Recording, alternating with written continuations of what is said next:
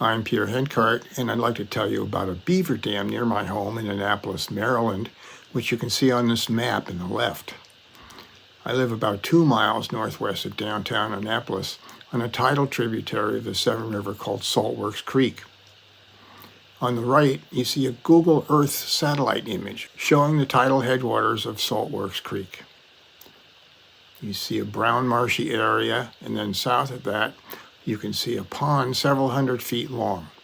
That's a beaver pond, and I'm showing the beaver dam creating that pond with a dotted yellow line. The freshwater stream dam by the Beavers is called Cabin Branch, which runs about a mile up to its origin near the Annapolis Mall. Now you're seeing a drone photo of the beaver pond in December, after the leaves are gone. The dam appears as a dark line between the green water and the marsh behind it. In places, tree branches block a view of the dam, but I've marked the east end at the lower right and the west end at the top right. At the east end of the pond, water drains into a tidal stream connecting it to Saltworks Creek. At the upper left, you see a cabin branch providing most of the pond's fresh water.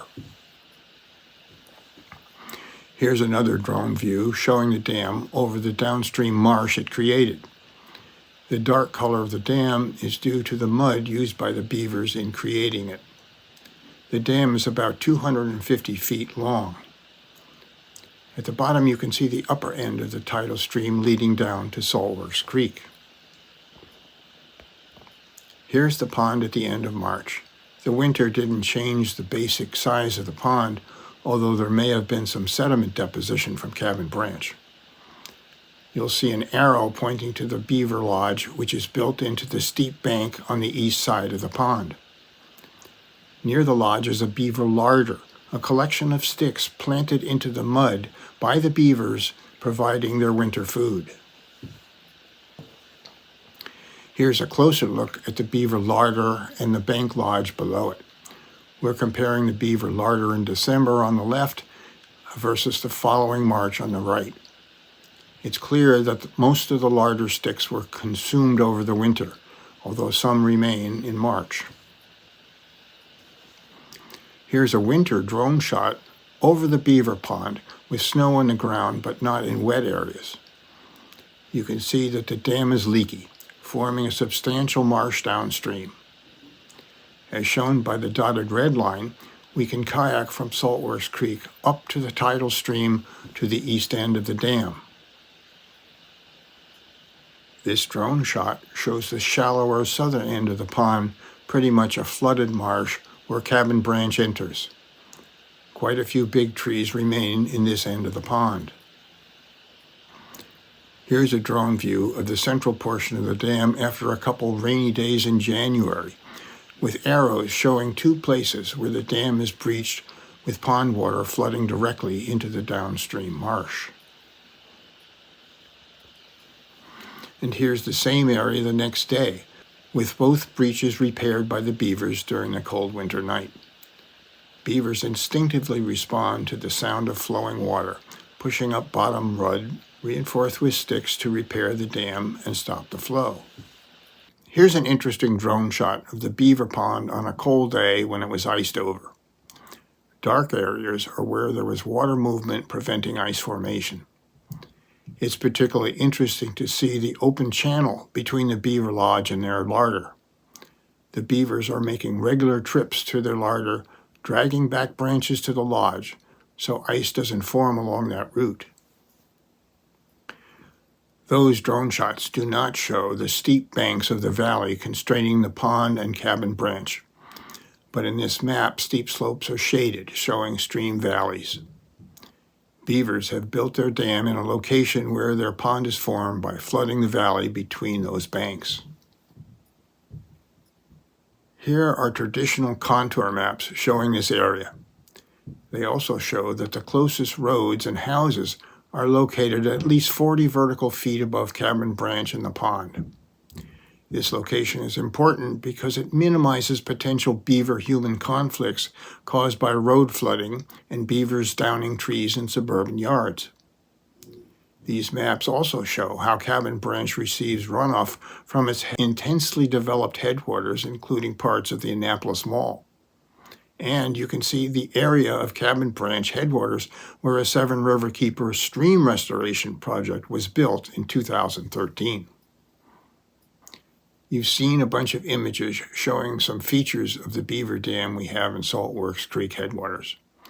It's been a real surprise to find this not-so-small dam located in a basically suburban area of Annapolis. We only discovered it in the spring of 2023 after beavers cut down dozens of fairly small trees near the tidal shoreline. These pictures show surviving larger trees at the Severn Community Marina that were chewed by beavers but then protected by residents. Some older residents recalled beaver activity in Saltworks Creek years ago, but this was a clear sign that an active beaver family must be in residence nearby. After seeing these and a couple other beaver cut trees, I installed a motion-triggered wildlife camera along the shore of the largest stream flowing into Saltworks tidal headwaters. Along with regular photos of ducks, geese, and herons, this camera revealed beavers swimming up and down the stream, several photos every week. Beavers headed upstream were often carrying branches and marsh grasses. Although here you're seeing some nice daytime beaver shots, most beaver photos came at night. It was clear that the beavers were coming into tidal Saltworks Creek from the headwaters marsh area, but kayaking upstream was restricted by fallen trees and vines. After considerable summer effort with a tree saw in the water and pruning shears in the kayak, getting upstream became possible. Going up through the tidal marsh about a quarter mile revealed this beaver dam you're seeing here. This photo was shot at high tide, when the top of the dam was about 2 feet above the stream, and I could see into the pond beyond the dam. This is the east end of the dam pointed out in the drone photos, and the dam ends in the steep bank at the left. This picture shows that same spot at low tide, when the kayak runs aground before the dam. From that mud at the bottom to the top of the dam is about 4 feet. Approaching close to the dam, one can see a slow trickle of water coming through the dam, maybe surprisingly little considering the beavers' mud and sticks construction. I installed a motion-triggered wildlife camera near this end of the dam, as shown at the right side of this picture. We call that camera the Dam Cam, and it's been giving us a daily record of activity at this end of the pond. That photo also shows the wooded banks on both sides of the pond that were shown in those contour maps. Getting out of the kayak and standing near the dam cam, this photo shows the pond looking southward towards Cabin Branch. The puddles near the dam cam come from the leaky dam and are drained by little streams flowing into the downstream marsh. The drone photos show similar puddles like this all along the dam, forming a web of streams, creating a marsh of several acres. One day in January, we launched a kayak up into the beaver pond. Here's Matt Korbalek paddling towards the dam from close to the bank lodge behind him. Looking closely at the dam, you can see places where there's a small flow over the top. Here's a picture Matt took from the kayak in the pond, showing the mud wall the beavers use in dam construction. The dam is taller over at the east end near the dam cam, and there the dam cam shows the sticks used on the downstream side of the dam. This picture shows the beavers' bank lodge, where they have excavated a cave with an underwater entrance in the steep bank beyond. They use their mud and sticks construction to reinforce the lodge roof. Now you're seeing the larder, that thicket of sticks harvested by the beavers and implanted into the pond bottom mud for use as a winter food source. The bank lodge is in the background. Here's an image from the dam cam, triggered by a wood duck near the dam. It shows the east end of the dam and one corner of the pond behind it. That dam cam has provided over 1,000 photos and video clips taken since October 2023, and it's given us some insights into the origin of the term busy beaver. Although the great majority of beaver photos taken by the camera are at night, here's a dam cam daylight video clip of a beaver going down the dam from the pond into the tidal stream where we kayak. The beavers created a well-defined muddy path they always use when going over the dam here. Here's a nighttime video showing two beavers going down the dam. Usually we capture only a single beaver at the dam, but this video shows a pair, and it also shows some of the beaver size variation captured by the dam cam. Many images of the beaver going up into the pond show them carrying branches up from the tidal stream, just like you're seeing here. And some images show beavers moving small logs 4 to 6 inches in diameter and over 6 feet long. It's serious work to move them up out of the water, but they add real strength to the dam. Here's a rare winter daylight photo of a beaver on the dam about to take a plunge into icy water. The number of beaver photos per night over the course of 6 months is shown in this graph. It ranges from a high of 50 in late October to a low of 0 on occasional nights. There's a definite downward trend from the fall into winter, but it's still impressive to see the activity of those beavers all through the winter. This also shows that they're not just hanging out in their lodge and eating from their larder. It seems they're going into the downstream marsh to bring up more sticks, probably for dam repair. The dam cam also shows activity of other animals at the dam. Foxes are the most common, and they seem to be making regular nightly patrols. The dam cam averages over 1 fox photo a night. When the pond was iced over, we got a daylight picture of this handsome red fox looking at the dam from the pond. Here's a daylight picture of a gray fox, which is our native fox that seems to be rather uncommon in our area. Nighttime photos of foxes are hard to distinguish between the 2 local fox species. Raccoons are also captured most nights, usually coming towards the camera from the hillside beyond the end of the dam. Here's an unusual daylight capture of 2 raccoons doing that transit. Here's a dam cam video of an otter checking out the beaver pond in January. We do get otters visiting Saltworks Creek in the winter, and they're most active at night. Otters are long and thin relative to beavers, and being fish eaters, they move much faster. Our dam cam has picked up a deer several times, with this one in daylight. Well, if we're listing mammals, I'd have to include this one-time dog photo. He seems to be enjoying the beaver pond. Wood ducks have been often captured in the fall and are very active in the spring, and we even get some in the dead of winter. The male wood ducks are the most beautiful ducks on the planet.